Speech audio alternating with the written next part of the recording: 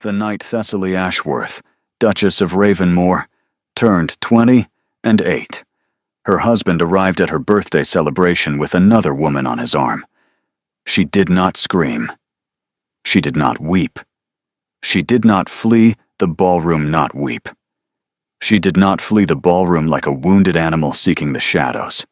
Instead, she set down her glass of champagne with a steadiness that surprised even herself, removed the sapphire ring from her finger, the very ring Aldrich had placed there on their wedding day 6 years prior, and walked directly toward them both.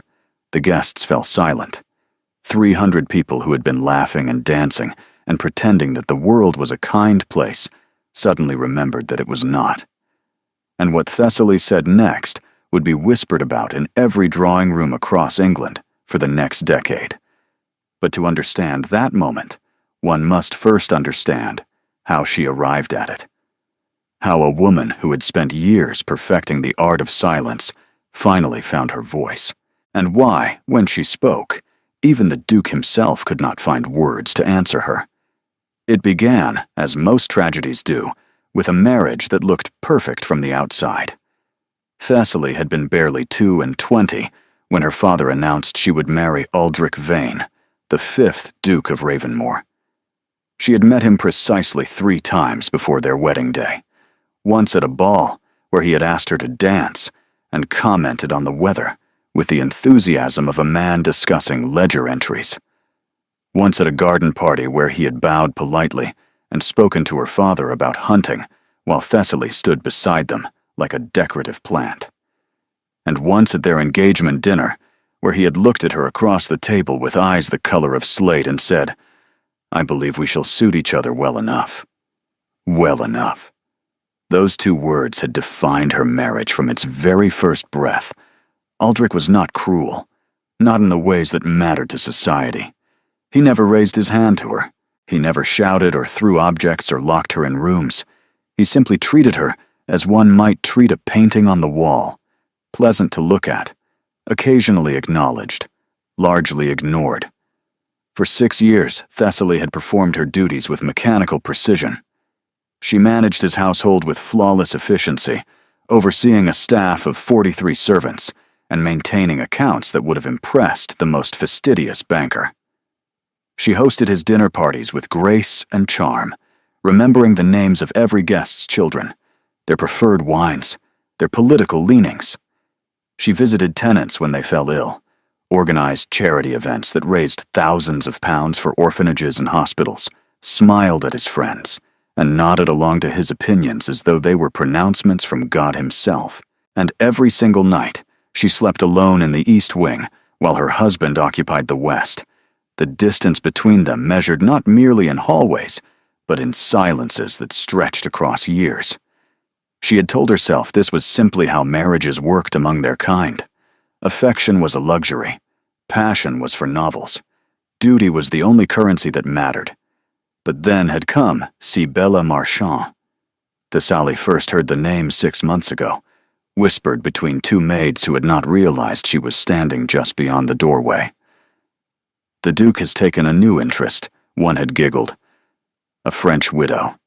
They say she is exquisite." Exquisite.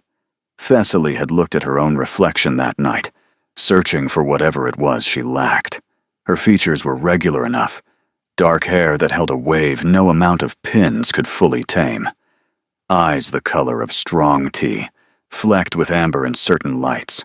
A figure that had remained slim despite the years, perhaps because she had never carried a child, perhaps because there had never been opportunity to conceive one. She was not exquisite. She had never been exquisite.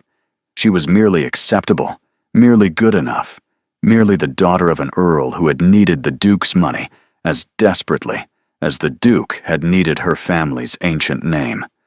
A transaction. That was all she had ever been. And now, standing in the doorway of her own birthday celebration, wearing a gown of deep burgundy silk that had taken 3 seamstresses 4 weeks to complete, Thessaly watched her husband escort Cybele Marchand into the ballroom as though he were presenting a queen. The woman was indeed exquisite, golden hair arranged in elaborate curls that caught the candlelight like spun honey. A figure that curved in all the places men seemed to appreciate, displayed to perfection in a gown cut lower than propriety strictly allowed. Pale blue silk that made her look like a statue come to life, beautiful and untouchable. She was smiling, and Aldrich, who had not smiled at Thessaly in longer than she could remember, was smiling back. The orchestra continued playing. The candles continued burning. The guests who had gathered to celebrate the Duchess's birthday continued breathing, though several of them had stopped mid-conversation to stare. Thessaly felt something crack inside her chest. Not her heart. Her heart had hardened years ago, turning to stone through sheer necessity. No, this was something else. Something that had been building pressure for 6 long years, pressing against the walls she had constructed around herself, demanding release. And finally, it found one. The Duchess moved through the crowd with the kind of grace that only comes from years of practice, years of pretending, years of wearing a mask, so perfectly fitted that she had nearly forgotten her own face beneath it. Guests parted before her like water before a ship's prow. Some reached out as though to stop her, their gloved hands hovering uncertainly in the air. Others simply stared, their champagne glasses frozen halfway to their lips, their conversations abandoned mid-sentence. A few of the younger ladies exchanged glances that mingled horror with something that might have been admiration. Lady Ashford, who had been Thessaly's closest acquaintance since childhood, called out her name in a voice tight with warning. Thessaly did not pause. She could not pause. If she stopped now, she might never start moving again. Aldrich noticed her approach when she was perhaps 20 feet away. She watched his expression shift through several phases in rapid succession. Confusion first, as though he could not quite comprehend why his wife would be walking toward him with such purpose. Then irritation, the familiar tightening of his jaw that meant she was doing something that displeased him.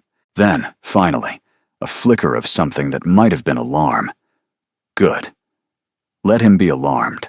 Let him, for once, feel even a fraction of the uncertainty he had made her feel every single day of their marriage. Cybele Marchand saw her coming too. The Frenchwoman's smile faltered slightly, though she recovered quickly, arranging her features into an expression of polite curiosity, as though she were a guest at this party like any other, as though she had not just walked into another woman's home, on another woman's birthday, on another woman's husband's arm. The audacity of it was almost admirable. Almost. Thessaly stopped directly in front of them both. The music had quieted now, the orchestra trailing off into awkward silence as the musicians realized something significant was happening in the center of the room. The violinist's bow hovered above the strings, the cellist's hand stilled on her instrument. The hush that fell over the ballroom was so complete that Thessaly could hear the candles flickering in their sconces, could hear the rustle of silk as the assembled crowd held its collective breath. For a long moment, no one spoke. Then Aldrich cleared his throat in that particular way he had, the sound he made when he was about to deliver a pronouncement he expected everyone to accept without question. "Thessaly," he said, his voice carrying across the silent room. "May I present Madame Cybele Marchand?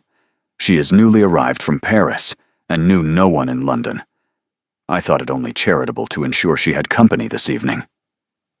Charitable. The word hung in the air between them like smoke. Thessaly looked at her husband, really looked at him, perhaps for the first time since their wedding day.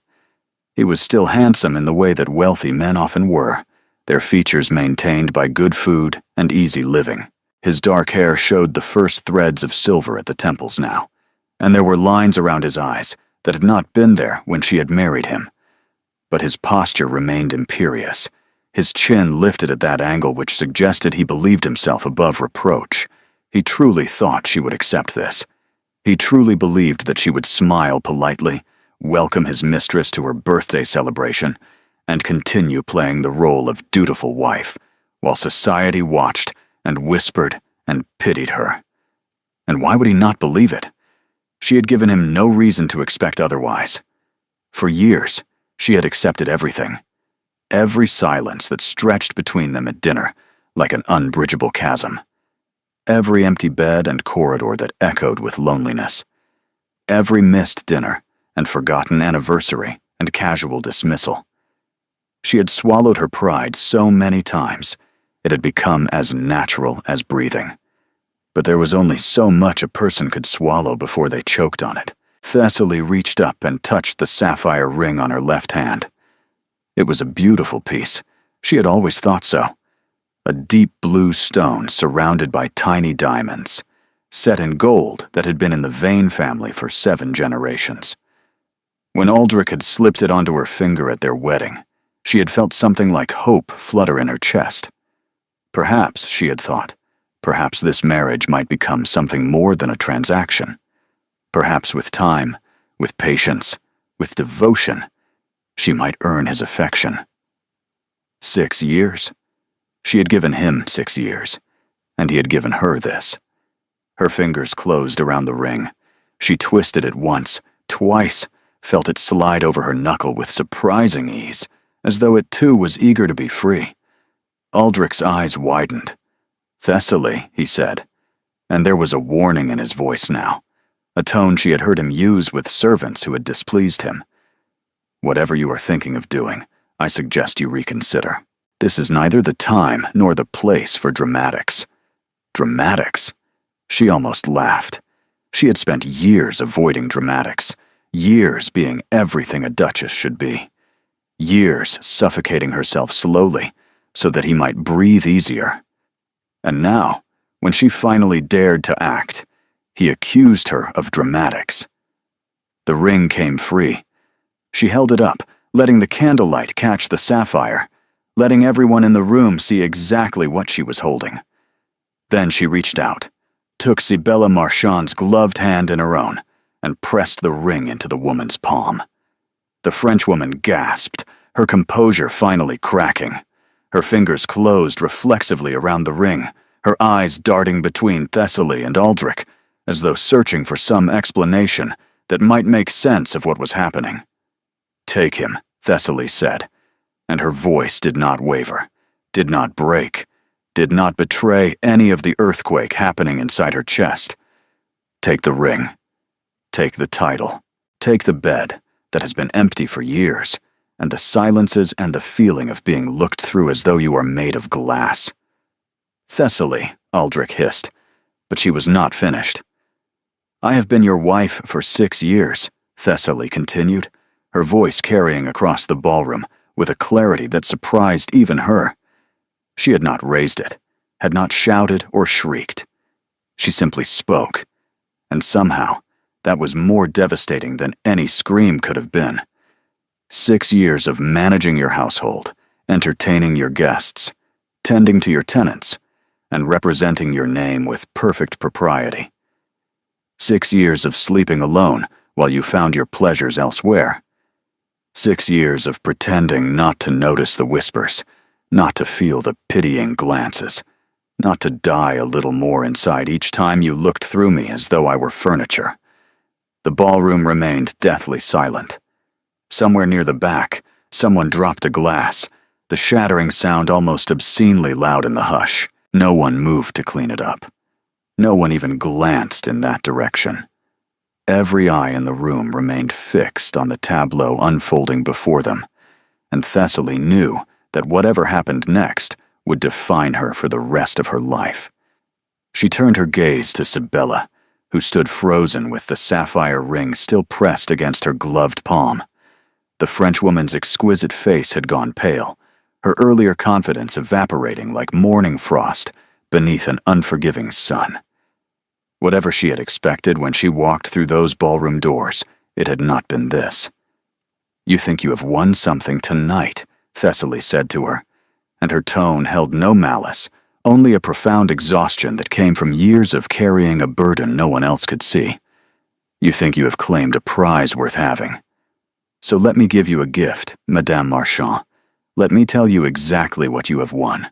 She took a step closer to the other woman, close enough to see the pulse fluttering rapidly in Sibella's throat, close enough to smell her perfume, something French and floral and far too expensive for a widow of modest means. You have won a man who has never once asked about my thoughts, my dreams, my fears, or my hopes. In all our years of marriage, he has never inquired what books I read, what music moves me, or what makes me laugh. I am not certain he knows my favorite color, or the name of my childhood home, or that I once wanted to be a painter before my father told me such ambitions were unsuitable for a lady of my station. Aldrich made a sound of protest, but Thessaly did not even glance at him. You have won a man who will give you jewels, but never his attention, who will dress you in silk, but never see you clearly, who will put a ring on your finger and a roof over your head and believe that these things constitute love, because he has never understood that love requires something he is incapable of giving. And what is that? Sibella whispered, the words escaping before she could stop them. Her accent had thickened with emotion, the careful English she had cultivated slipping slightly to reveal the French beneath. Thessaly smiled then, and it was the saddest expression anyone in that room had ever seen. It was the smile of a woman who had learned something terrible about the world and could not unlearn it, no matter how desperately she wished she could. Himself, she said simply. He does not know how to give himself to another person, because he has never bothered to learn. He was raised to take, to acquire, to possess. And that is precisely what he will do with you. He will possess you until he grows bored, and then he will find another beautiful thing to add to his collection, and you will be left standing exactly where I am standing now, wondering what you did wrong, wondering why you were not enough. She stepped back, her gaze sweeping across the assembled guests, who stood frozen in their finery, champagne growing warm in their forgotten glasses. She saw Lady Ashford, with tears streaming down her face. She saw Lord Whitfield, with his jaw set in barely contained fury. She saw young Miss Hartley, barely 18, watching with wide eyes that seemed to be memorizing every word for future reference. But it will not be your fault, she continued, her voice carrying to the farthest corners of that magnificent room, just as it was never mine. Some men are simply born without the capacity to see beyond their own reflections, and no amount of beauty or devotion or sacrifice can change that fundamental truth. Finally, she turned to face her husband.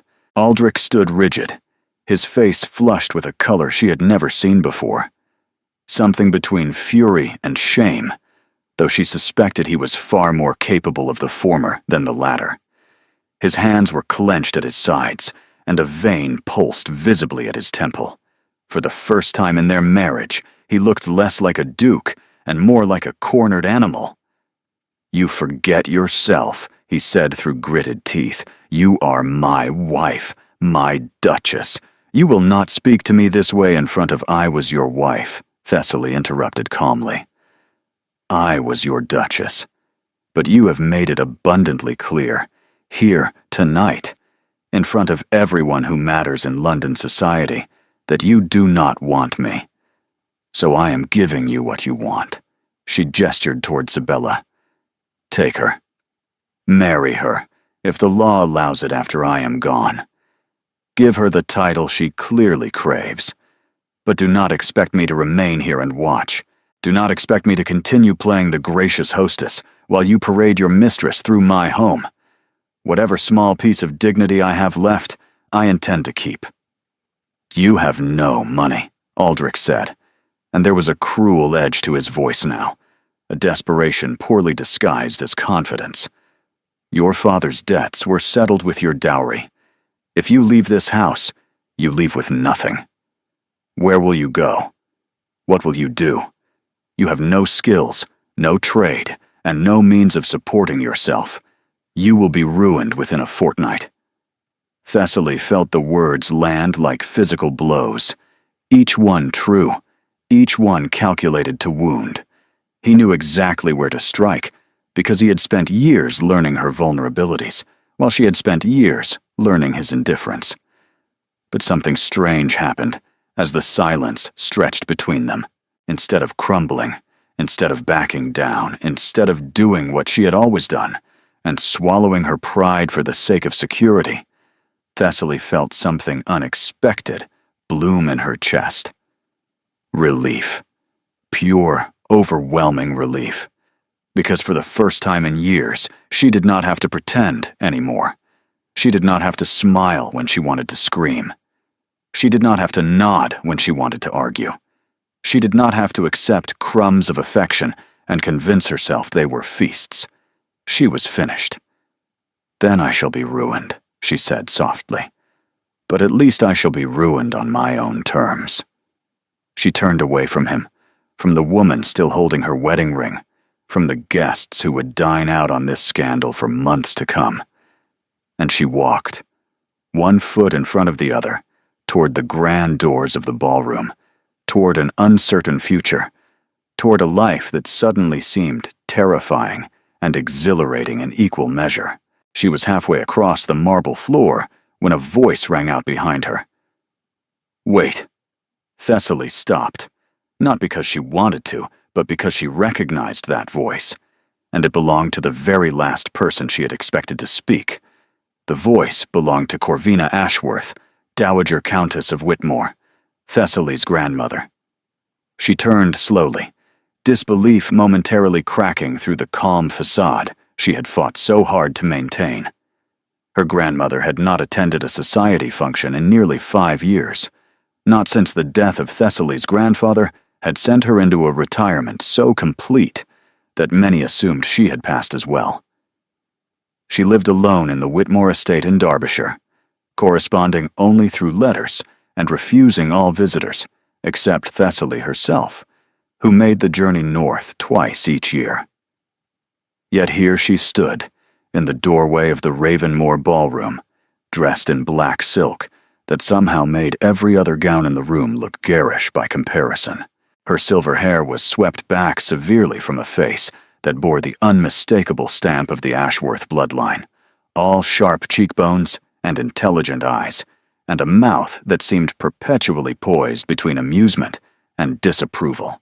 At 73, Corvina Ashworth remained the most formidable woman Thessaly had ever known.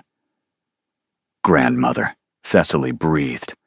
"What are you doing here?" Corvina's gaze swept across the frozen tableau of the ballroom, taking in Aldrich's flushed face, Sibella's trembling form, the hundreds of guests who had collectively stopped breathing, and her granddaughter standing alone in the center of it all. Her expression revealed nothing, but Thessaly knew her well enough to recognize the steel beneath that placid surface. "I received word that my granddaughter might need me," she said, her voice carrying the same crystalline clarity that Thessaly's had moments before. "It seems my sources were correct." She moved into the room with the measured grace of a woman who had spent decades commanding attention simply by existing. The crowd parted before her with even more deference than they had shown Thessaly, for Corvina Ashworth was not merely a dowager countess. She was a legend. In her youth, she had been considered the greatest beauty of her generation. She had refused 7 proposals before accepting the Earl of Whitmore, and rumors persisted that at least 2 of her rejected suitors had never quite recovered from the disappointment. She had borne 4 children, buried 2 of them, managed estates spanning 3 counties, and advised no fewer than 2 prime ministers on matters they never publicly acknowledged. She was also, as everyone in society knew but rarely mentioned aloud, extraordinarily wealthy. The Ashworth fortune had not come from her marriage to the Earl. It had come from her own family, merchants who had made their money in trade with the Far East before buying their way into respectability. When Thessaly's father had squandered his portion through gambling and poor investments, he had been too proud to ask his mother for help. Instead, he had sold his daughter to a duke who needed an ancient name to offset the scandal of his own family's relatively recent elevation. Corvina had disapproved of the match from the beginning. She had told Thessaly so, plainly and without apology, the night before the wedding. That man has stone where his heart should be, she had said. He will never warm to you, no matter how brightly you burn. You will spend your life throwing yourself against walls and wondering why you cannot break through. Thessaly had not listened. She had been young and hopeful and desperate to believe that love could be cultivated like a garden, given enough patience and care. She had been so terribly wrong, and now her grandmother stood before her, and the expression on Corvina's face was not one of triumph or vindication. It was something far more painful. It was compassion. "Come, child," Corvina said gently, extending one gloved hand. "You have said what needed to be said. There is no need to remain here any longer." Thessaly felt her throat tighten. She had not wept through any of this, had not allowed herself even a single tear as she faced down her husband and his mistress. But something about her grandmother's voice, the gentleness underlying the steel, threatened to undo her completely. She took a step toward Corvina's outstretched hand. "Now wait just a moment." Aldrich's voice cut through the air like a blade. He strode forward, his earlier shock apparently transformed into righteous indignation. The color in his face had deepened, and his eyes had taken on a dangerous glitter that Thessaly recognized from the few occasions she had seen him truly angry. "You cannot simply walk in here and take my wife," he said to Corvina, as though Thessaly herself were not standing right there. "Whatever grievances she imagines she has, they are a matter between husband and wife, not some interfering old woman who should have stayed in her country grave." The collective gasp that rippled through the ballroom was audible. Even Sibella, still clutching the sapphire ring, looked horrified by the insult. Corvina, however, merely raised one silver eyebrow. "Your wife," she repeated, the words dripping with disdain. "You forfeited the right to call her that the moment you walked through those doors with your mistress on your arm. On her birthday, no less. At a celebration held in her honor, in her own home." She took a step toward Aldrich, and despite being more than a head shorter than him, she somehow managed to make him seem small. "You are not a stupid man, Ravenmore. Cruel, certainly. Selfish, undoubtedly. But not stupid, so you must have known what you were doing tonight. You must have understood that parading your paramour before witnesses would humiliate your wife beyond all bearing. Which means you did it deliberately." Her eyes narrowed. "The question is why? What could you possibly hope to gain from such a public display of disrespect?"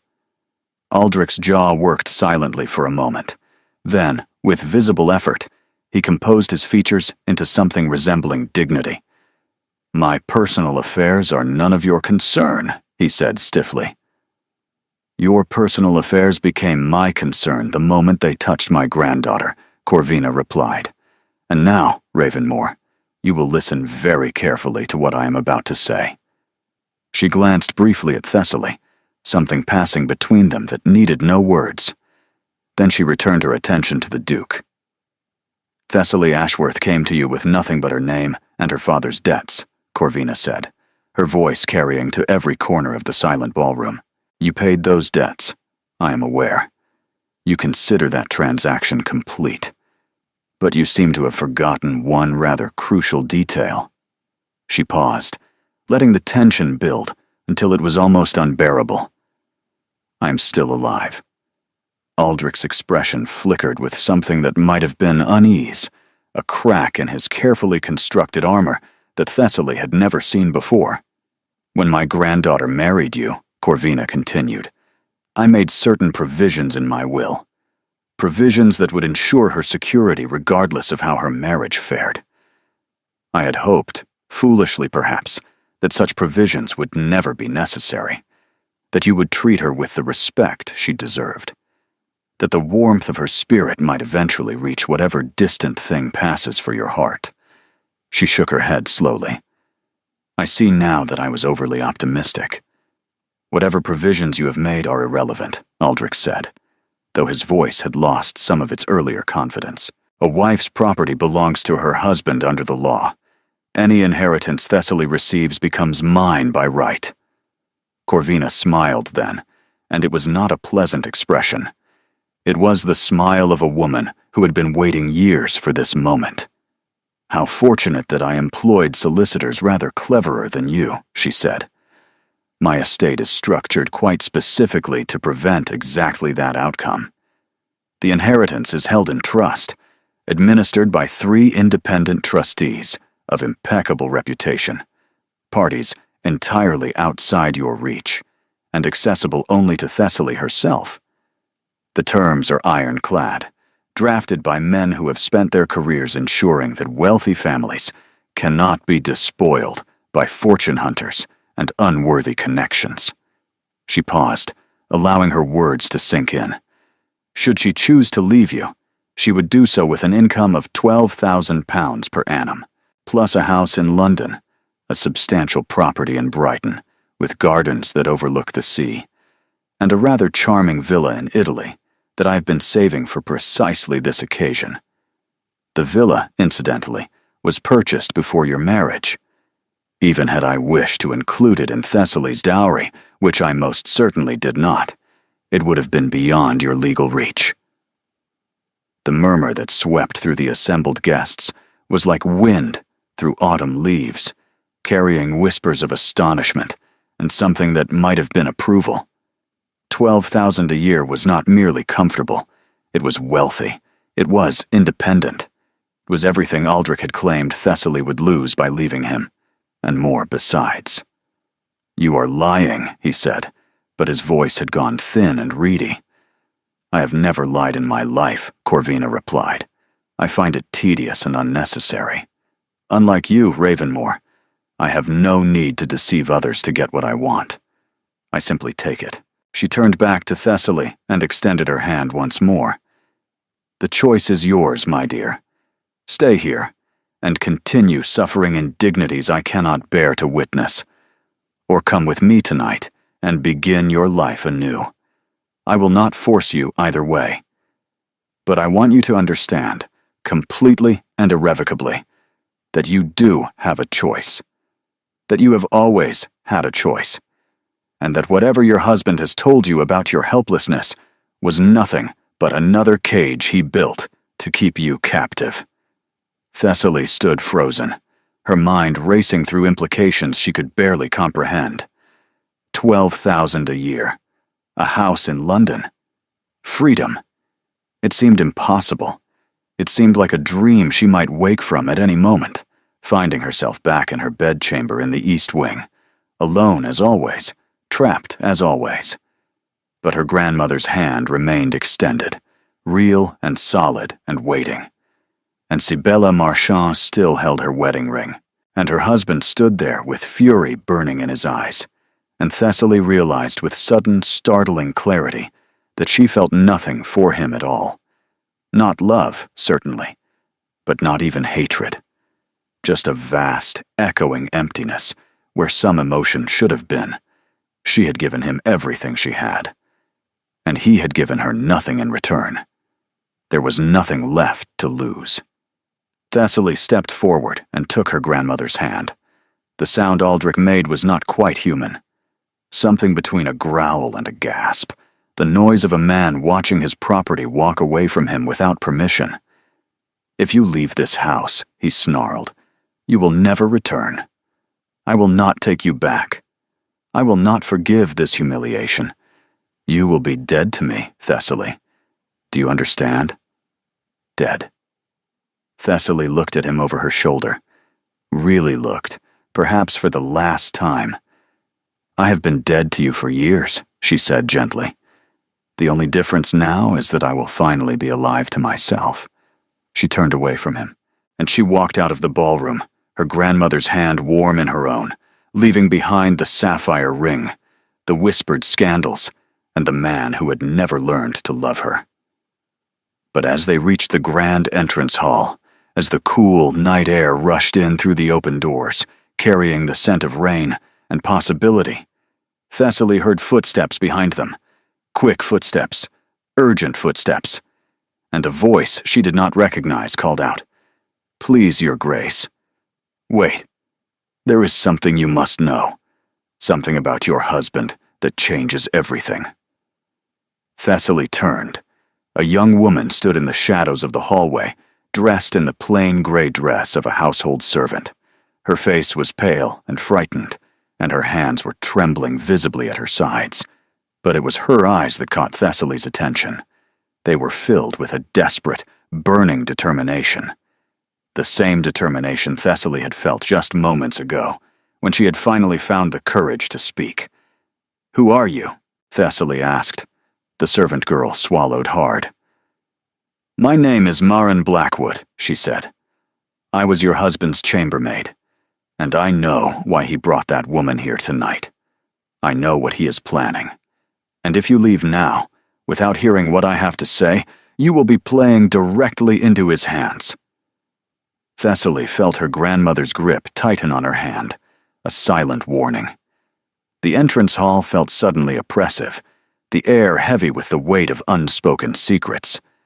Behind them, she could hear the distant murmur of the ballroom, voices rising from their shocked silence into the eager buzz of scandal. But here in the shadows, there was only the servant girl, with her frightened eyes and trembling hands, and the weight of words not yet spoken. "We should leave," Corvina said in a low voice. "Whatever this girl has to say can wait until we are safely away from this house." "With respect, my lady," Marin said, and there was steel beneath her fear. "It cannot wait. The Duke's men will be looking for me within the hour. Once they realize I have gone, they will hunt me down. This may be the only chance I have to speak." Thessaly studied the girl more closely. She was young, perhaps 19 or 20, with dark hair pulled back severely from a face that might have been pretty under different circumstances. There were shadows beneath her eyes that spoke of sleepless nights, and her hands bore the rough redness of someone who worked constantly, scrubbing and polishing and tending to the endless needs of a great house. A chambermaid. One of dozens who moved through Ravenmoor Hall like ghosts, unseen and unacknowledged by the family they served. Thessaly had passed this girl in the corridors countless times without truly seeing her, a fact that now filled her with shame. But this girl had seen something, had heard something, and whatever it was, had driven her to risk everything by approaching the Duchess directly. "What is it you know?" Thessaly asked. Marin glanced nervously toward the ballroom, as though expecting Aldrich himself to emerge at any moment. "Not here," she said. "There is a servant's entrance through the east corridor. It leads to the garden." "Please, Your Grace, if you will give me just 5 minutes, I will tell you everything, and then you can decide whether to continue walking away or whether to stay and fight." Fight. The word hung in the air between them. Thessaly had not been thinking of fighting. She had been thinking of escape, of freedom, of finally breathing air that was not poisoned by her husband's indifference. The idea of returning to battle, of engaging further with a man she wanted only to forget, filled her with exhaustion so profound it settled into her very bones. But something in the servant girl's voice gave her pause. "This is a trap," Corvina said flatly. "Some scheme of Ravenmoor's to lure you back inside." "No, my lady," Marin said, and her voice cracked slightly. "I swear on my mother's grave, I mean the Duchess, no harm. I have served in this house for 3 years. I have watched her suffer in silence while the Duke took his pleasures elsewhere. I have seen her kindness to the staff, her quiet dignity, and her refusal to become bitter, despite everything he has done to her." She met Thessaly's eyes directly. "You are the only person in this house who has ever treated me as human. When I was ill 2 winters past, you sent your own physician to tend me. When my mother died, you gave me leave to attend the funeral and paid for the burial yourself. You did not have to do those things. Most ladies would not have." Thessaly remembered both occasions, though she had not thought them significant at the time. Simple kindnesses, the bare minimum of human decency. But apparently, in a house as unfeeling as Ravenmoor Hall, even the bare minimum was rare enough to be remarkable. "What is it you wish to tell me?" Thessaly asked again. Marin took a shaky breath. "Your husband is not merely conducting an affair with Madame Marchand," she said. "He is planning to marry her." Corvina let out a sharp laugh. "He cannot marry her. He is already married." "English law does not permit I know what English law permits," Marin interrupted, and the desperation in her voice made her bold. "But the Duke does not intend to seek a divorce. He does not intend to wait for her Grace's death. He has found another way." The entrance hall seemed to grow darker, the shadows deeper, as though the very walls were leaning in to listen. "What way?" Thessaly heard herself ask, though some part of her already knew she did not want to hear the answer. Marin's eyes filled with tears that she blinked back furiously. "I was cleaning his study 3 weeks ago," she said. "He did not know I was there. He was meeting with a man, a solicitor I had never seen before. They were discussing documents. Legal documents that would prove the Duke's marriage to you was never valid in the first place. Invalid." Corvina's voice was sharp. "On what grounds?" Marin hesitated, her gaze dropping to the floor. "They spoke of the ceremony," she said in a hushed tone. "The vicar who performed it. Apparently there were irregularities. The license was improperly filed. The witnesses were not who they claimed to be." She looked up again, and the tears were falling now, streaking down her cheeks. "The Duke paid to have these irregularities created, Your Grace. Years ago, before he even married you. He built a trap into the very foundation of your marriage, so that he could escape it whenever he wished. And now he has decided that the time has come to spring that trap." Thessaly felt as though the floor had dropped away beneath her feet. Everything she had believed about her marriage, about her position, about her very identity, was suddenly revealed to be nothing more than an elaborate fiction. She had spent years believing herself to be the Duchess of Ravenmoor, had signed documents and attended functions, and introduced herself by that title thousands of times. And now this servant girl was telling her that none of it had ever been real. The cruelty of it was almost incomprehensible. Not merely an affair, not merely emotional neglect, but a systematic destruction of her entire legal existence, planned and executed with the precision of a military campaign. The silence that followed was absolute. Thessaly felt the world tilting beneath her feet, all her assumptions crumbling like sand castles before an incoming tide. 6 years. She had been his wife for 6 years. But according to what this girl was saying, she had never been his wife at all. "You must understand," Marin continued urgently, "what this means. If the marriage is declared invalid, you lose everything. Not just your position, not just your home, but your reputation, your standing, your very identity. You would be cast out of society entirely. No respectable person would receive you. No decent household would employ you. You would be ruined, Your Grace. Completely and utterly ruined." Thessaly opened her mouth to respond, but no sound emerged. Her grandmother, however, had no such difficulty. "Where is this solicitor now?" Corvina demanded. "Where are the documents he created?" "I do not know," Marin admitted. "But I know where the Duke keeps his most important papers. His private study has a hidden compartment behind the portrait of his father. I have seen him access it when he thought he was alone." Corvina's eyes narrowed with calculating intensity. "And you would lead us there?" Marin nodded, her jaw set with determination despite her tears. "I would do anything to help her Grace," she said. "She is the only good thing in this house. And I will not stand by and watch the Duke destroy her without lifting a finger to prevent it." Thessaly finally found her voice. "Why?" she asked. "Why would he do this now?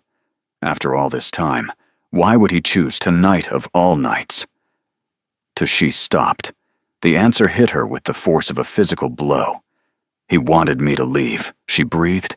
He brought Sabella here deliberately. He humiliated me publicly because he knew I would finally break. He wanted me to walk out that door of my own accord. Because if you leave voluntarily, Marin said in a hushed voice, it makes the annulment easier. He can claim desertion. He can paint you as an unstable wife who abandoned her husband without cause. The perfect crime, Corvina murmured, executed in plain sight before witnesses. Thessaly stood very still, feeling the trap close around her from a direction she had never anticipated. She had thought she was escaping. She had thought she was finally free. But in walking away, she had been doing exactly what Aldrich wanted her to do. And somewhere in that ballroom, her husband was probably already celebrating his victory. For a long moment, Thessaly could not move. The weight of understanding pressed down upon her chest like a stone, making each breath an effort. Years of confusion, of wondering what she had done wrong, of searching for some flaw in herself that explained her husband's distance. And now, finally, the truth emerged in all its calculated cruelty. He had never intended to love her. He had never intended to stay married to her. From the very beginning, from the moment he had slipped that sapphire ring onto her finger and spoken vows he never meant to keep, Aldrich had been planning this, building his escape route brick by brick while she exhausted herself trying to earn affection that was never available to be earned. She was not a wife. She had never been a wife. She was a placeholder, a convenient arrangement, a name on a document that could be erased whenever it suited him. The rage that rose in her then was unlike anything she had ever experienced. It was not the hot, explosive anger that burns bright and fades quickly. This was something deeper, something ancient and primal, rising from a place inside her that she had not known existed. Something that settled into her bones and whispered that she would not go quietly into the ruin he had prepared for her. All those years of swallowing her pride, of accepting his indifference, of telling herself that this was simply how marriages worked among their kind. All those years of believing that if she was patient enough, devoted enough, perfect enough, she might eventually earn his regard. And now she understood that her patience had been nothing more than fuel for his contempt. Her devotion had been a tool he had used against her. Her perfection had been a cage she had built around herself, one bar at a time, while he watched and waited for the moment when it would be complete enough to trap her forever. No more. She would not give him the satisfaction of her destruction. She would not slink away into obscurity and let him rewrite the story of their marriage to serve his purposes. If he wanted a fight, she would give him one. And she would fight with every weapon at her disposal, every connection her grandmother had cultivated, every ounce of intelligence she had spent years suppressing because her husband found clever women tedious. Thessaly straightened her spine. "Show me," she said to Marin. "Show me where these documents are hidden." Corvina caught her arm. "Think carefully, child. If we are caught searching his study, he will have even more ammunition against you. He could claim you were attempting to steal from him." "Then we must not be caught," Thessaly replied, and her voice had taken on a quality she did not recognize, something hard and bright and utterly determined. "He has spent years weaving this trap. He believes he knows exactly how I will react, exactly what I will do. He expects me to run. He expects me to hide. He expects me to crumble." She met her grandmother's eyes. "I am finished being what he expects." Corvina studied her for a long moment. Then, slowly, a smile spread across her weathered face. "There she is," she said, with quiet satisfaction. "There is the girl I remember, the one who used to climb trees and argue with her tutors and swear she would never let any man tell her what to do." She squeezed Thessaly's hand. "Very well. Let us retrieve these documents, And then let us see just how clever the Duke of Ravenmore truly believes himself to be. Marin led them through a maze of servants' corridors that Thessaly had never known existed. The walls here were plain whitewashed plaster, the floors bare wood, worn smooth by generations of hurrying feet. Gas lamps flickered at intervals, casting dancing shadows that made every corner seem threatening. The sounds of the ballroom faded behind them, replaced by the distant clatter of the kitchen and the murmur of servants going about their duties. Several maids passed them in the corridor, their eyes widening at the sight of the Duchess in her burgundy gown moving through spaces she had never before entered. None of them spoke. None of them tried to stop her. If anything, Thessaly saw something that might have been hope kindling in their faces. "His study is on the second floor," Marin whispered as they climbed a narrow staircase, "but he rarely leaves it unlocked." "I do not know if I have a key," Thessaly said. Both Marin and Corvina turned to stare at her. Thessaly reached into the hidden pocket sewn into the seam of her gown and withdrew a small brass key. "He does not know I have it," she explained. "I found it 3 years ago, behind a loose stone in the fireplace of his bedchamber. I was searching for some evidence that he ever thought of me at all. Letters, perhaps. A gift he had bought, but forgotten. Something." Her mouth twisted. "Instead, I found this key, and a bundle of correspondence from women whose names I did not recognize. I put the letters back, but the key I kept." "Why?" Corvina asked. Thessaly considered the question. "I do not know," she admitted. "Some instinct, perhaps.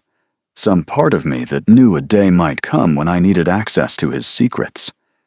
She looked at the key in her palm, tarnished now with age and neglect.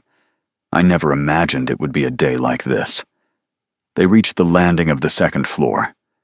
The corridor here was richly carpeted, the walls hung with portraits of Aldrich's ancestors, men and women with distant eyes and haughty expressions. The family resemblance was unmistakable. Generation after generation of Vines, all wearing the same look of superiority, as though the world existed merely to serve their needs. "There," Marin pointed to a door at the far end of the corridor. "That is his private study. He allows no one inside except his valet, and occasionally, guests he wishes to impress." They moved quickly down the hall, Thessaly's slippers silent on the thick carpet. The door was solid oak, reinforced with iron bands that spoke of secrets worth protecting. She slid the key into the lock and felt it turn with a soft click that seemed impossibly loud in the corridor's silence. The study beyond was dark, lit only by the faint glow of moonlight filtering through heavy velvet drapes. Thessaly stepped inside, her heart pounding against her ribs, and immediately caught the scent of her husband's cologne, sandalwood, and something darker underneath. She had been in this room only once before, on the day of their wedding, when Aldrich had brought her here to show her the family documents she would need to sign. He had stood behind her as she wrote her name, close enough that she could feel his breath on her neck, and she had foolishly interpreted that proximity as intimacy.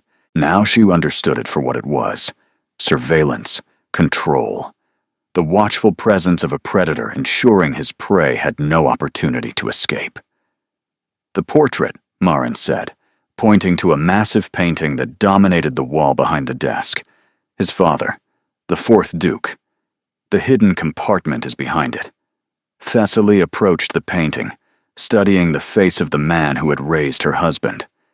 The 4th Duke had been dead for 15 years, but his likeness still radiated the same authority that Aldrich wore like a second skin. Dark eyes, thin lips, a jaw set in permanent disapproval. Whatever capacity for warmth the Vane bloodline might once have possessed, it had clearly been bred out generations ago. She reached up and gripped the edge of the heavy gilt frame, and froze. Footsteps, coming down the corridor, coming fast. There was no time to run. Thessaly released the portrait frame and spun toward her grandmother and Marin, her mind racing through impossible options. The footsteps were growing louder, accompanied now by voices, men's voices, speaking in low, urgent tones. Under the desk, Corvina commanded, her voice barely a whisper. "Both of you. Now." "But grandmother, I am a 73-year-old woman who wandered into the wrong room looking for a privy," Corvina interrupted, already composing her features into an expression of confused innocence. "They will not dare manhandle me. But if they find you here, everything is lost. Go." There was no time to argue. Thessaly grabbed Marin's hand and pulled her toward the massive mahogany desk that dominated the center of the room. The space beneath it was cramped, barely large enough for one person, let alone two.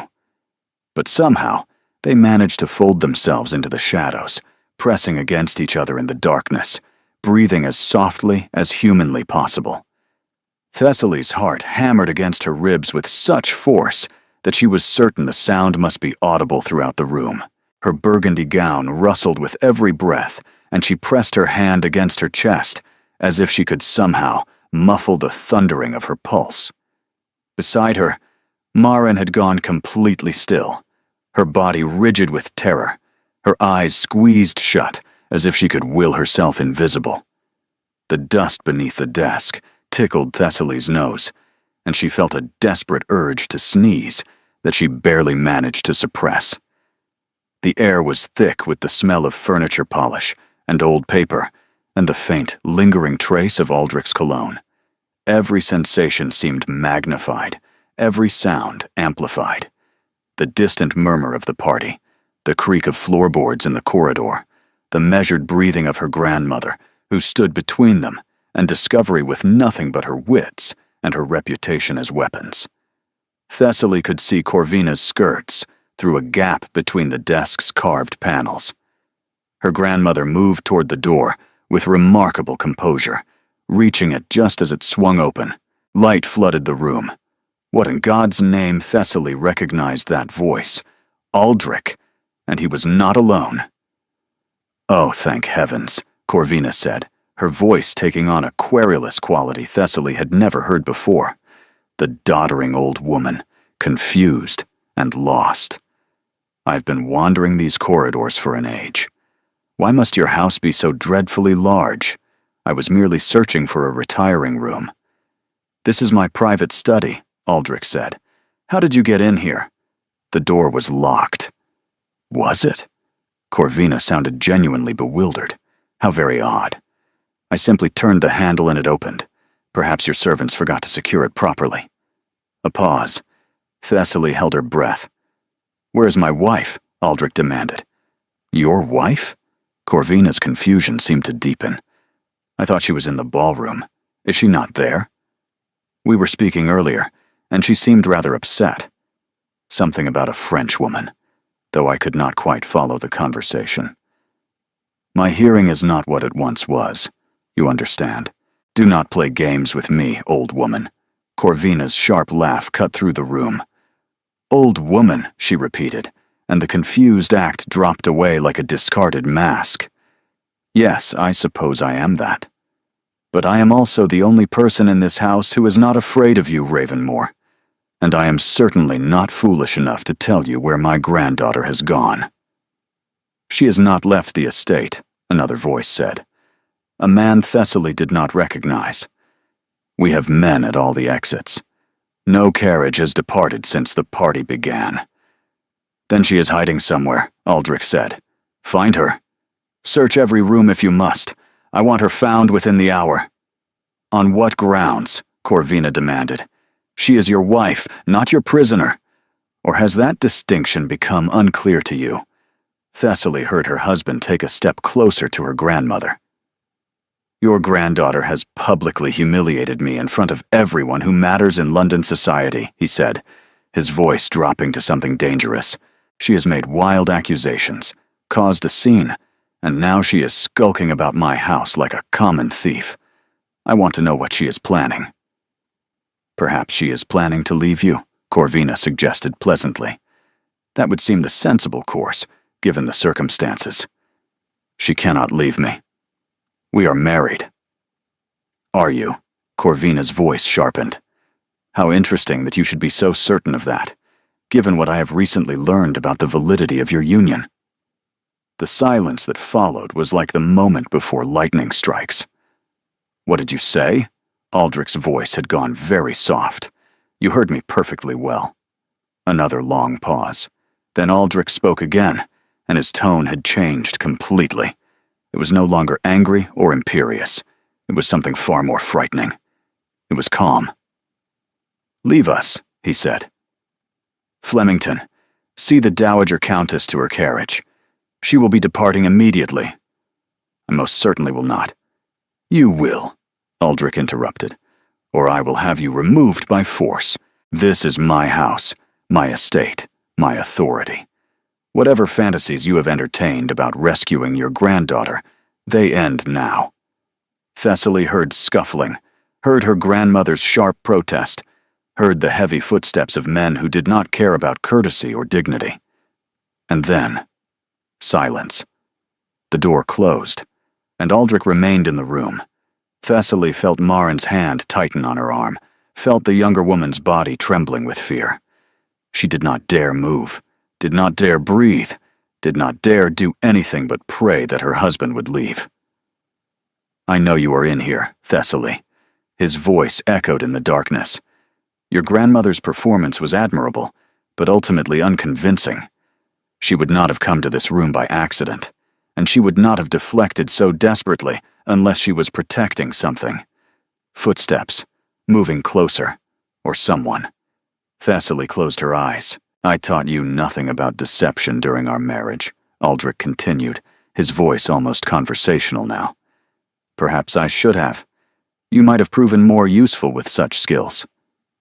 The footsteps stopped, right in front of the desk. "Come out," he said. "Whatever you hope to find here, you have failed. Whatever you hope to accomplish tonight, it is over. Come out, and we will discuss this like civilized people." Thessaly did not move. "Or," Aldrich said, and now his voice carried a thread of menace, "I can call my men back and have them drag you out like the disobedient animal you have apparently become. The choice is yours." She could not stay hidden. She could not let Marin be discovered. She could not let him win. Slowly, painfully, Thessaly unfolded herself from beneath the desk and rose to her feet. Her husband smiled. "There you are," Aldrich said, and his smile widened into something that did not reach his eyes. "My wandering wife." I was beginning to worry. Thessaly stood before him in the moonlit study, acutely aware of Marin still crouched beneath the desk, hidden by shadows and the sweep of Thessaly's skirts. If Aldrich looked too closely, if he demanded she step away from the desk, the servant girl would be discovered. And whatever protection Thessaly might hope to claim for herself as his wife, however false that claim might be, Marin would have none. She had to keep his attention on her. She had to be enough to fill his vision. "You wanted me to leave," Thessaly said, and she was proud of how steady her voice remained. "That was the entire point of bringing Sibella here tonight. You wanted me to walk out that door in a fit of rage and despair." Aldrich tilted his head, studying her as one might study an insect that had suddenly demonstrated unexpected behavior. "And yet here you are," he said, "not fleeing, not weeping in some corner, but breaking into my private study in the company of your meddling grandmother." He stepped closer, and Thessaly forced herself not to retreat. "What were you looking for, Thessaly? What secrets did you imagine you might find?" She met his gaze directly. "The documents," she said. "The ones that prove our marriage was deliberately sabotaged from the beginning. The falsified license, the fraudulent witnesses, the trap you built into our union so you could escape it whenever you chose." Something flickered in Aldrich's eyes. Surprise, perhaps. Or perhaps merely annoyance that his careful schemes had been exposed. "Who told you that?" he asked. "Does it matter?" "It matters very much." He circled around her, a predator assessing prey. "Someone in my household has been indiscreet. I will need to address that problem once you and I have finished our conversation. Thessaly's heart clenched. She could not let him discover Marin, could not let another person suffer for trying to help her. No one told me, she said quickly. I found the documents myself months ago. I have been waiting for the right moment to confront you. Aldrich stopped circling. You are lying, he said flatly. You never enter this study. You have no key. And even if you had somehow gained access, you would not have known where to look. He stepped closer still, close enough now that she could smell his cologne, could see the fine lines around his eyes, could feel the hostility radiating from him. But no matter, he continued. The documents are no longer here. I moved them weeks ago, once I realized how close we were to the final phase. Final phase? Of our arrangement, Thessaly. He said her name as though it tasted sour on his tongue. You were always meant to be temporary, he continued. A stepping stone. Your father's ancient name gave my family the legitimacy we needed to complete our rise in society. But that usefulness has expired. The connections are made. The invitations secured. I no longer require the Ashworth bloodline to open doors for me. And Sibella? Thessaly asked. She is your next stepping stone? Aldrich smiled again. Sibella is many things you could never be, he said. Beautiful. Passionate. Alive. He reached out and touched her cheek, a mockery of tenderness. You were always so dreadfully proper, Thessaly. So correct and lifeless. I tried in the beginning to summon some feeling for you, but it was like trying to warm myself by an empty hearth. Thessaly felt his words land like blows, but she did not flinch. I was distant, she said, because you never gave me any warmth to respond to. I was lifeless because you drained the life from me drop by drop, day by day, until there was nothing left. She stepped back from his touch. I loved you, Aldrich. When we married, I loved you. I did not know you, but I was prepared to spend my life learning. I was prepared to be patient, to be understanding, to be everything you needed. Her voice hardened. But you never wanted a wife. You wanted a possession, and when you grew tired of me, you simply began planning how to dispose of me most conveniently. A harsh laugh escaped him. Dispose of you? I am setting you free. Once the annulment is finalized, you can do whatever you wish. Return to your grandmother's estate. Travel abroad. Marry again, if anyone will have you. With my reputation destroyed, Thessaly said. With society believing I was never truly your wife. With every door closed to me because of the scandal you have engineered. That, Aldrich said, is not my concern. They stood facing each other in the moonlit darkness, husband and wife in name only. Two people who had shared a home for years and never truly known each other at all. Then Thessaly did something unexpected. She smiled. It was not a warm smile. It was not a kind smile. It was the smile of someone who has finally seen the board clearly and realized she has more pieces than her opponent believes. You have made one miscalculation, she said. Aldrich's eyes narrowed. And what is that? You assumed I would be alone. The door to the study burst open, and there stood Corvina Ashworth, flanked by two men in the dark coats of King's Council, their faces grim with professional purpose. Behind them came 3 constables from the Metropolitan Police, and in their hands they carried documents bearing the Duke of Ravenmore's own seal. Aldrich's composure shattered. What is the meaning of this? He demanded, his voice rising to a pitch Thessaly had never heard before. This is my house. You cannot simply barge in here with— We can, actually, one of the King's Council interrupted calmly. His name was Hartwick, and Thessaly recognized him now from her grandmother's descriptions. One of the finest legal minds in England, and utterly incorruptible. When we have evidence of conspiracy to commit fraud upon the Church, forgery of legal documents, and corruption of court officers, We can do rather a lot of things." "This is preposterous," Aldrich sputtered. "Whatever documents you believe you have were recovered from the offices of your solicitor, Mr. Pembury, approximately 2 hours ago," Hartwick continued smoothly. "Madame Marchand first approached us more than a month ago with evidence of your scheme. Your grandmother," he nodded toward Thessaly, "subsequently contacted us 3 weeks past to add her own suspicions. We have been coordinating our investigation ever since." Thessaly stared at her grandmother. "A month ago," she whispered. "I told you I had made provisions," her grandmother replied, moving to stand beside her. "Did you think I meant only the financial ones? I have been watching Ravenmore for years, child, waiting for him to make a mistake large enough to destroy him." Her eyes glittered with satisfaction. Tonight, he finally obliged. Aldrich had gone very pale. The documents in the constable's hands seemed to drain the blood from his face, leaving him gray and somehow smaller than he had been moments before. "Those were obtained illegally," he said, but his voice had lost its authority. "Whatever your men took from Pembury's offices, it cannot be used against me."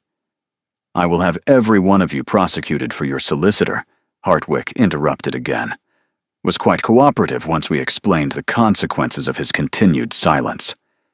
It seems his loyalty to you extended only as far as his fear of imprisonment. When faced with the choice between protecting your secrets and protecting his own freedom, he chose rather predictably. He paused, as did your valet, your forger, and the vicar you paid to falsify the marriage certificate." The silence that followed was devastating. Thessaly watched her husband's face cycle through emotion after emotion.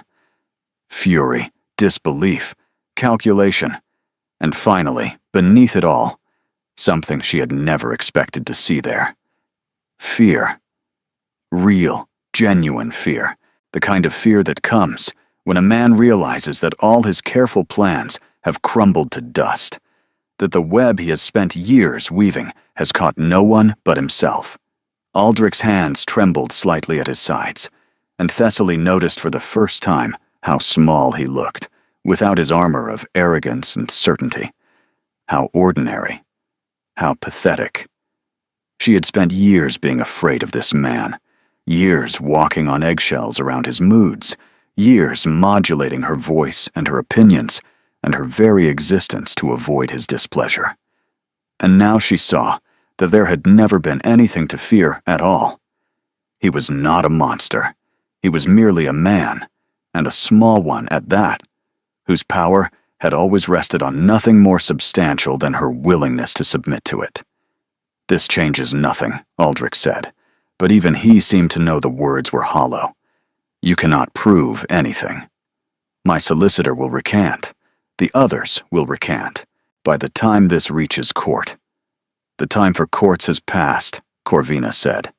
She stepped forward, and despite her age, despite her size, she seemed suddenly as imposing as any of the men in the room. "You have spent years tormenting my granddaughter, years treating her as less than human, years planning to cast her aside like refuse when you had extracted every ounce of usefulness from her." Her voice hardened. "Did you truly believe no one was watching? Did you truly believe your cruelty would go unanswered?" Aldrich opened his mouth to respond, and then a new voice spoke from the doorway. He believed exactly that. Everyone turned. Sibella Marchand stood in the entrance to the study, her pale blue gown luminous in the lamplight, her beautiful face arranged in an expression of calculation that Thessaly had not seen there before. "Because I encouraged him to believe it," she continued. "I told him you were weak, Duchess. I told him you would crumble at the first sign of pressure. I told him your grandmother was an irrelevant old woman whose threats meant nothing." She stepped into the room, and Thessaly noticed that she no longer held the sapphire ring. It rested now in a velvet pouch at one constable's belt, seized as evidence of the fraud. "I was very convincing," Sibella said. "It is, after all, what he paid me to be." Aldrich stared at her in horrified disbelief. Sibella? Madame Marchand came to us first, Hardwick explained, something almost like satisfaction warming his usually dry voice. She approached our offices more than a month ago with evidence of your scheme, after you attempted to recruit her as a participant in your fraud. You, Aldrich whispered, and the single word contained more venom than Thessaly had ever heard from him. You treacherous, Sibella laughed, and it was not a pleasant sound. You approached me with an offer to destroy an innocent woman's life in exchange for a title and a fortune. You assumed I would accept because I was beautiful, and French, and widowed, and therefore, in your estimation, desperate and amoral. She moved closer to him, her eyes blazing. You assumed wrong. Marin emerged from beneath the desk, finally free from hiding, and went to stand beside Thessaly. The young servant's face was streaked with tears, but her expression held the same fierce triumph that Thessaly felt blazing in her own chest. You see, Aldrich, Thessaly said in a low voice, that is the miscalculation I mentioned. You spent so many years treating everyone around you as objects to be used and discarded. You never considered that those objects might decide to use you in return. She stepped forward, close enough to look directly into her husband's eyes. I am not your wife, she said. You ensured that when you corrupted our marriage before it even began. But I was your victim for years. And now, finally, I am your reckoning. The constables moved forward, and Aldrich Vane, 5th Duke of Ravenmore, did not resist as they placed him in irons. The scandal that erupted in the following weeks was unlike anything London society had witnessed in a generation. The Duke of Ravenmore, arrested in his own home on charges of fraud, forgery, and conspiracy. His carefully constructed schemes laid bare in court documents that became the favorite reading material of every drawing room in England. His supposed mistress revealed as an agent of his destruction rather than an instrument of his pleasure. His wife, or rather the woman society had believed to be his wife, transformed overnight from an object of pity into a figure of fascinated admiration. The newspapers could not print enough copies to meet demand. The scandal sheets worked their presses around the clock, and in every corner of the city, from the grandest ballrooms to the humblest taverns, people discussed the Duchess, who had finally said enough. Thessaly weathered it all with the same composure that had carried her through years of silent suffering. But now, that composure came from strength rather than submission. She moved into her grandmother's London townhouse the night of the arrest, and did not return to Ravenmore Hall. She had no desire to see the place again, no attachment to the rooms where she had spent so many lonely nights, no sentiment for the gilded cage that had never truly been her home. The legal proceedings that followed were complex and exhausting. Because the marriage had been deliberately invalidated from its inception, Thessaly was technically entitled to nothing from the Duke's estate. But the scale of his fraud, the deliberate nature of his deception, and the public sympathy generated by her treatment combined to create circumstances that the courts could not ignore. The trial itself lasted 3 weeks and became the most discussed legal proceeding of the decade. Every day, crowds gathered outside the courtroom, hoping to catch a glimpse of the principal figures in this extraordinary drama. Thessaly attended each session, dressed in simple dark colors that conveyed neither mourning nor celebration, her face composed in an expression that gave nothing away. She sat in the gallery and listened as witness after witness described her husband's cruelty, his calculations, and his utter disregard for the woman he had promised to love and cherish. Some of the testimony was difficult to hear. Servants spoke of finding her weeping alone in empty corridors. Former friends admitted to avoiding her because Aldrich had made it clear that anyone who showed her too much kindness would find themselves excluded from his social circle. A physician testified that he had treated her for symptoms of nervous exhaustion on multiple occasions, symptoms he now recognized as the result of prolonged emotional neglect. Through it all, Thessaly remained still and silent. She did not weep. She did not react. She simply listened and let the truth speak for itself. "Your grandmother's solicitors are quite formidable," Sibella observed one afternoon, joining Thessaly for tea in the townhouse's sunlit parlor. "They have managed to secure you a settlement that would make most actual duchesses envious." "I did not want his money," Thessaly replied, setting down her cup. "I wanted my freedom. The money is merely a consequence, a rather pleasant consequence, though." Thessaly allowed herself a small smile. "I suppose it is." She studied the woman across from her, this unexpected ally who had appeared from nowhere and changed everything. Sibella looked different now than she had on the night of the birthday celebration. Less perfect, perhaps, but more real. The elaborate hairstyles had given way to simpler arrangements. The distant elegance had softened into something warmer and more approachable. "Why did you do it?" Thessaly asked. "Why did you help us?" Sibella was silent for a moment, her gaze drifting to the window, where carriages passed in a steady stream. "Because he reminded me of someone," she finally said. "My husband. My actual husband, who died 2 years ago and left me with nothing but debts and regrets." She turned back to Thessaly, and there was old pain in her eyes. He was charming, too, in the beginning. Attentive, passionate, everything a woman could want. And then, slowly, he became everything a woman could fear.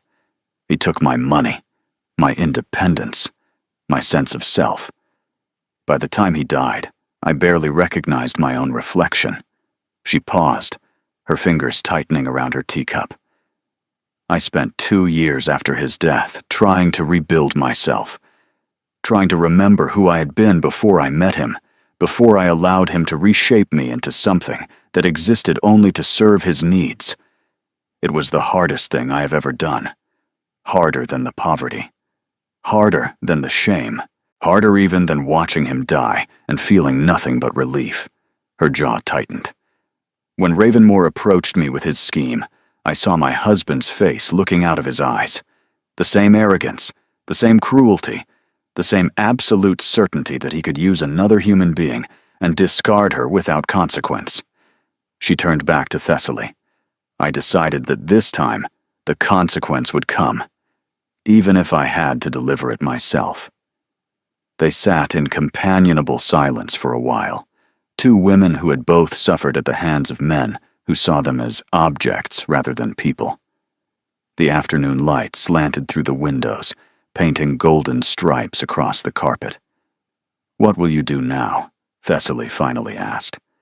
Sibella smiled, and this time the expression reached her eyes.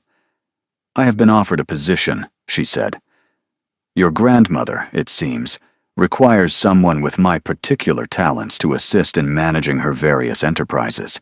Apparently, intimidating men and uncovering secrets are skills in high demand." Thessaly laughed, a genuine laugh, perhaps the first she had produced in years. "My grandmother is a remarkable woman." "She is," Sibella agreed. "And so are you, Thessaly, whether you realize it yet or not." The days that followed brought more changes than Thessaly could have anticipated. Marin Blackwood, the servant girl whose courage had set everything in motion, was given a position in Corvina's household, with wages triple what she had earned at Ravenmore Hall. She would never again have to scrub floors or empty chamber pots or endure the casual cruelties of employers who saw her as invisible. The other servants from the Duke's estate, many of whom had witnessed years of his treatment toward his wife, came forward one by one with testimonies that strengthened the legal case against him. Each story painted a darker picture of the man Thessaly had married, revealing depths of manipulation and callousness that even she had not suspected. There was the cook who had been ordered to prepare separate meals for the Duke and Duchess, so that Aldrich would never have to share a dining table with his wife unless guests were present. There was the footman who had been instructed to intercept any letters addressed to Thessaly, from friends or family members, and deliver them to the Duke first for approval. There was the housekeeper, who had been told that the Duchess was prone to hysteria and should be watched carefully for signs of mental instability, a lie that had colored every interaction the staff had with her for years.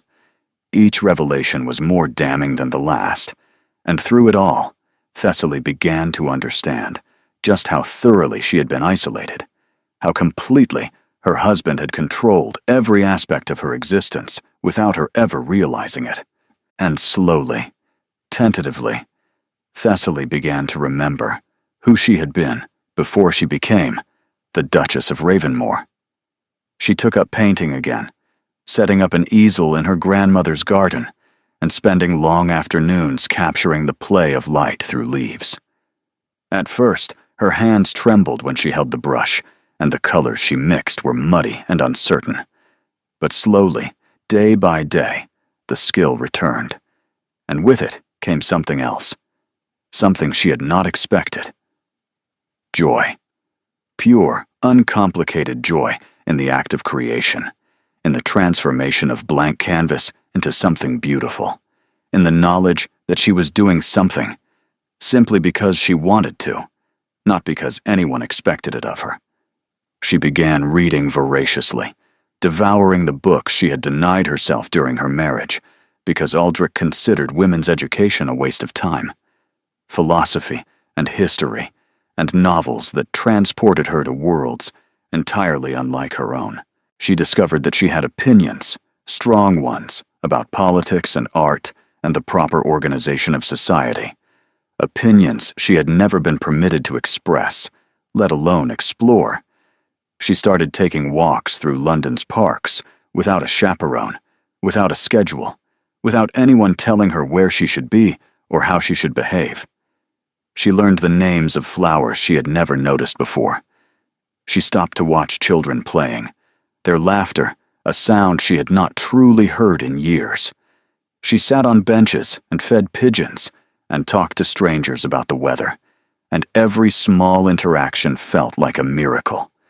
For the first time in years, she was learning to exist as a person rather than a possession, and it was terrifying and exhilarating in equal measure. 3 months after the night that changed everything, Thessaly stood in the garden of her grandmother's Brighton estate and watched the sun set over the sea. The trial had concluded 2 weeks earlier. Aldrich had been found guilty on all charges and sentenced to 7 years' imprisonment, a remarkable outcome that owed as much to public outrage as to legal precedent.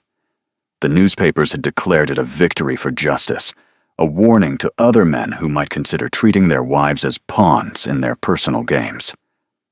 The Ravenmore estate had been seized, pending the resolution of various civil claims against it. The servants had been dispersed to other households, many of them carrying letters of recommendation that Thessaly herself had written. The grand ballroom where she had finally spoken her truth would soon be shuttered and silent, its chandeliers darkened, its mirrors reflecting nothing but dust and memory. And Aldrich himself was gone, transported to a prison in the north, where he would spend the next 7 years contemplating the consequences of his cruelty. Thessaly had not attended the sentencing. She had not needed to. She had already said everything that needed to be said on that night 3 months ago when she had removed her ring and handed it to his mistress. Thessaly felt neither triumphant nor satisfied. She simply felt free. The gardens here were nothing like the manicured perfection of Ravenmore Hall. They were wild and rambling, full of roses that climbed wherever they pleased, and paths that wound through tangles of lavender and honeysuckle. Her grandmother had designed them deliberately, she said, to remind herself that beauty did not require control, a lesson Thessaly was still learning. Footsteps approached on the gravel path behind her, and she turned to find Corvina walking toward her with careful steps, one hand resting on a silver-handled cane she had recently begun using. "You will catch cold standing out here," her grandmother said. "The air is warm. The air is damp. At my age, there is little difference."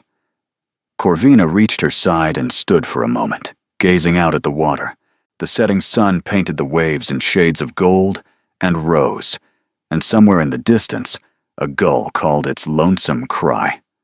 "I received a letter today," she said, "from Aldrich's solicitors, the new ones." Thessaly felt a familiar tightness in her chest. "What do they want?" "He wishes to see you," Corvina said in a low voice, "before he is transferred to the prison in Yorkshire. He claims he has something to say to you. Something important." The tightness intensified. "I have no interest in anything he might say. I told them as much. But I wanted you to know that the request was made." They stood in silence, watching the colors of the sunset shift from gold to rose to deepening purple. The sea continued its eternal rhythm below, indifferent to the small dramas of human lives. "Do you regret it?" Corvina asked finally. "Any of it?" Thessaly considered the question carefully. She had asked it of herself many times in the past 3 months, lying awake in unfamiliar beds, staring at unfamiliar ceilings. "I regret marrying him," she said at last.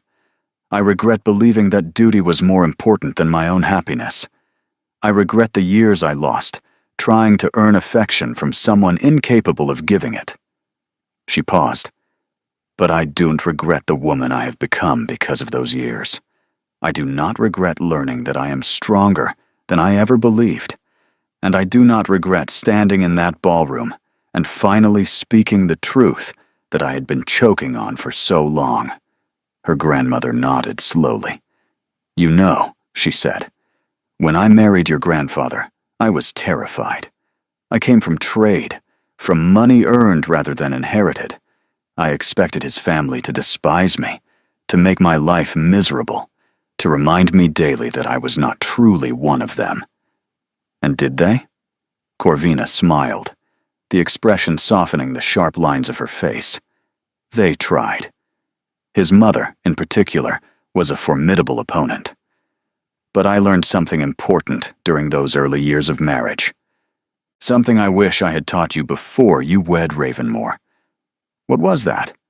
That other people's opinions of us are prisons only if we agree to be confined by them. That the walls society builds around women are made of nothing more substantial than expectations and assumptions. And that any wall made of such flimsy materials can be walked through by anyone brave enough to try." Her eyes met Thessaly's, filled with a fierce love that needed no words. "I watched you wither in that house for 6 years," she continued. "I watched you shrink yourself to fit into the small space he allowed you to occupy. I wrote you letters that I knew he was reading, hoping that somehow my words might reach you anyway. I waited, and I planned, and I prayed that someday you would find the strength to leave." She reached over and took Thessaly's hand. "You walked through your walls that night, child. You shattered them in front of witnesses, and now you have the rest of your life to build something new on the rubble." Thessaly felt tears prick at her eyes, the first she had allowed herself since that night. "I don't know what to build," she admitted. "I spent so long being what others expected me to be. I do not even know what I want." Corvina squeezed her hand. "Then that is the first thing you must discover. And you have all the time in the world to discover it." They stood together as the last light faded from the sky and the first stars began to appear. Grandmother and granddaughter, united by bonds stronger than blood alone. The sea murmured against the shore below, a constant rhythm that had existed long before either of them was born, and would continue long after they were both gone. Thessaly thought about the girl she had been years ago, standing at an altar in a white dress, speaking vows to a man she barely knew. That girl had been so certain that love could be earned through devotion, that patience and propriety would eventually unlock even the most guarded heart. That girl had been wrong, but she had also been brave in her own limited way. Brave enough to step into the unknown, brave enough to hope, brave enough to try. And perhaps, Thessaly reflected, that bravery had never truly left her.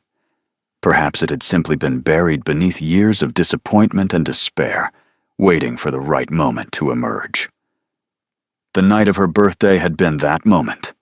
The instant when Aldrich had walked through those ballroom doors with Sibella on his arm, something inside Thessaly had finally snapped. Not broken, she realized now. Snapped free. Like a bird finally released from a cage it had inhabited for so long it had forgotten what flight felt like. And now, after everything, Thessaly was still brave. Brave enough to leave. Brave enough to speak. Brave enough to stand alone in the darkness and trust that the dawn would come.